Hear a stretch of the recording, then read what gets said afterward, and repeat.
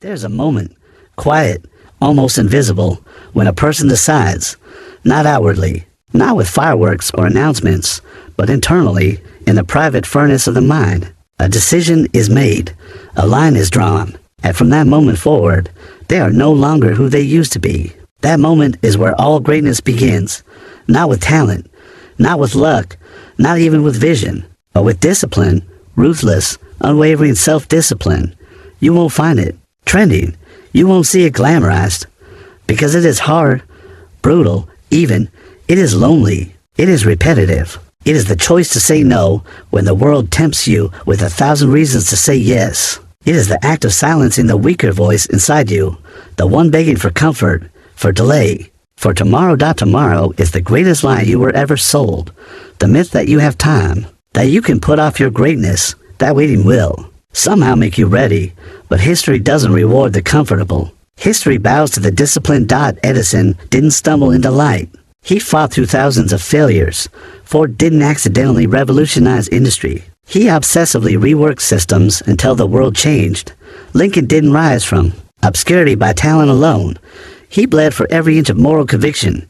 Carnegie, Disney, Jobs, Mandela, all lived by a code that the world didn't understand until it bowed to the results. Discipline is the silent architect of all empires.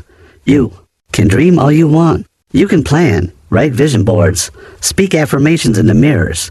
But if you don't do the work, when it's boring, when it's lonely, when it's inconvenient, when it's painful, the universe owes you nothing. You are not the exception. You are not above the grind. And here's the raw truth. No one is coming to save you. Not your parents, not a mentor, not a podcast, not some sudden burst of motivation. If you don't build the habit of showing up for your life, no matter how you feel, you will lose, slowly, subtly, like a house that rots from the inside. Self-discipline is not punishment. It is liberation. It is the decision to rise above your circumstances, above your moods, above your patterns, above your past. Discipline says, I don't care how I feel right now. I care about who I'm becoming, because the future doesn't speak in emotion. It speaks in consequences and dividends. In what you built when it didn't feel good, what you sowed in darkness, what you chose in silence. When nobody was watching, you want to master your destiny. Start by mastering your habits. You want clarity of purpose? Begin with the clarity of daily action, because purpose without discipline is a hallucination, a fantasy of the undisciplined mind, and it will betray you the moment pressure arrives. The greats didn't rise because life got easier. They rose because they got harder, eternally, mentally, spiritually forged, through ritual, through habit, through the rejection of weakness, distraction, and excuse. Discipline is not natural. It is trained. And that training begins when you realize something very few are willing to admit. You are not who you say you are. You are what you consistently do. And if what you consistently do is procrastinate, skip the hard work, cut corners, hit snooze, eat your emotions, break your promises, then your words, your potential, your dreams, they mean nothing, because your character is written in action. Every morning you wake up with a question burning under the surface. Will I lead myself or follow my comfort? And that question is answered not once in life, but every day, in the dark, in the details, in the dull repetitions that no one claps for. Discipline doesn't care if you're tired. It doesn't care if your friends don't understand. It doesn't care if your childhood was hard or your motivation is gone. It is not emotional. It is not reactive. It is the cold steel of commitment. Because here's the truth. Most people will break under the weight of consistent effort.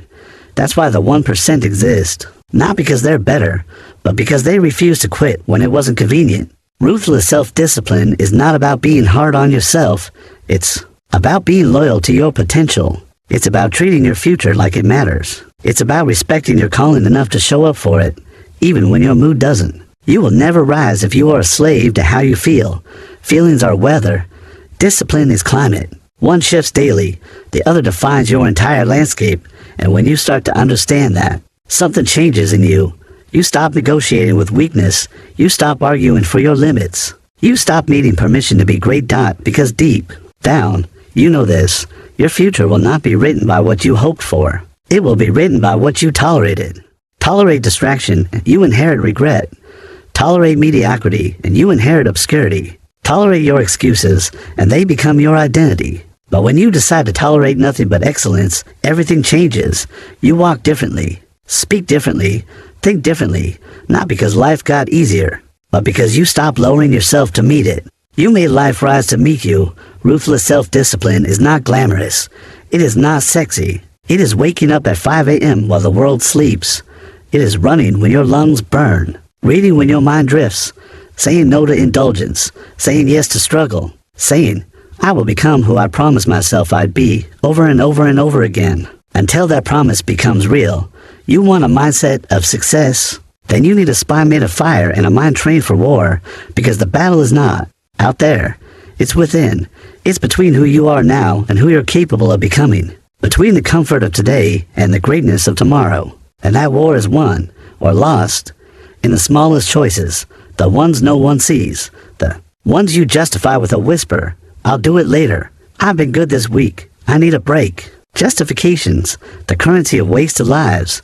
But those who build legacies, those whose names echo beyond their lifetimes, they chose differently. They chose discipline not as a phase, not as a temporary grind, but as a lifestyle. Think of the great star David Goggins ran through pain, through injury, through mental walls that would destroy most men, not because he wanted to, but because he refused to be ordinary. Jocko Willink says, discipline equals freedom and lives it. With every 4:30 a.m. wake-up call, Kobe Bryant didn't become a legend by talent alone. He was in the gym at 3 a.m., perfecting moves no one would notice but him. Why? Because excellence doesn't ask for comfort. It demands sacrifice. Discipline is saying no when everyone else says yes. It is silence when the world demands distraction. It is stillness when chaos knocks at your door. And most of all, it is trusting yourself to follow through. That's the real gift of discipline, not just progress, but self-respect. Because every time you keep your word, every time you do the hard thing when it's the last thing you feel like doing, you become someone you believe in. You stop needing validation. You stop comparing yourself to others. You stop chasing success like a child begging for approval, because you know, deep in your bones, that success is already inside you, waiting, watching, testing. The question is, will you earn it? This world is not fair. It never has been, but it is honest. In the most brutal and beautiful way, you will get exactly what you demand of yourself, nothing more, nothing less. The disciplined are not surprised by their victories. They built them, brick by brick, decision by decision. They planted seeds in the dark when no one was watching, and they harvested greatness under the full light of day. It's not about how talented you are. It's about how consistent you're willing to be. Discipline is the great equalizer. You may not have the most resources, you may not have the best background, the right connections, or the perfect timing. But if you outwork everyone, relentlessly, day in and day out, you will rise. That's not a possibility. That's a law. But most people won't. They'll try it for a week, maybe a month, and then the storm comes, they miss a day, then two, and they fall back into comfort, back into patterns, back into who they were. Why? Because they never made discipline their identity. You can't treat this like a phase. You can't flirt with greatness. You must marry it. You must commit to it with the same obsession, intensity, and loyalty as a soldier to his mission. There's no sometimes. There's no when I feel like it. You do it, or you don't. You become it, or you fade. You choose your future, or you inherit your default. Every single day. That's the truth most people run from. Because if you accept that your discipline creates your destiny, then you also accept that your excuses destroyed your past. And that truth burns. But it also frees you, because it means your life is yours to shape, not in some far-off future, but now, right now, in the next decision, in the next hour, in the next breath. And when you start living that way, not hoping, but choosing, the world begins to bend. Slowly, but surely, the tides turn, the results show, the body changes, the bank account grows, the opportunities open, and people call it luck. But you'll know better. You'll know the hours you bled in silence, the tears you hid, the days you didn't want to rise, but did anyway. You'll know what it cost, and you'll know it was worth every ounce. Because what's on the other side of ruthless discipline is not just achievement, it's transformation, not the kind people see on magazine covers. The kind no one can take from you. An internal empire, fortified, immovable. You start to walk with a calm fire, not arrogance, but certainty. You've been tested, sharpened, humbled, and still you remain. You've stared at the weakness within and didn't blink. You made a life not by chance, but by design. There is no peace deeper than the peace of someone who knows they did not cheat themselves. That's what discipline gives you. Not just results, but alignment. A life where your actions match your words, where your outcomes reflect your values, where your days become a mirror of your deepest potential. But make no mistake, discipline will break you. Before it builds you, it will strip away the lies, the ego, the illusion that there's an easier way. There isn't. There never was. There is only the grind, the process, the climb no one else can do for you. And along the way, you will be misunderstood. They'll call you obsessed, too intense, too focused, and that's fine. Let them live soft lives. Let them chase comfort. Let them drift. You're not here to be understood. You're here to be unforgettable, and that requires sacrifice. It requires walking away from the mediocre version of yourself, the one that settles, scrolls, watches, waits, the version that wanted to be great without doing what greatness demands. That version must die, and from its ashes, you build. One small, disciplined act at a time. Wake up when you said you would. Do the workout you planned. Write the chapter. Build the business. Study the craft. Ignore the noise. Destroy distraction. Sharpen your environment. Cut out what weakens you. Do what must be done, no matter how you feel, because emotion is temporary. Discipline is eternal. And here's the paradox. The more disciplined you become, the more freedom you unlock. Freedom from guilt. Freedom from regret. Freedom from the chaos that consumes the undisciplined. The world tells you freedom is doing what you want, but that's a trap. That's how they keep you average. Real freedom is earned. It's what happens after you've done what you promised yourself. It's not freedom first. It's freedom after obedience, after the pain, after the sacrifice. Want peace of mind, then win the battle in the morning. Want a powerful mindset, then train it with pressure. Want confidence, then honor your word, not to others, but to yourself. Because that's the hardest person to be honest with, isn't it? We break promises to ourselves like it costs nothing, and then wonder why we feel lost.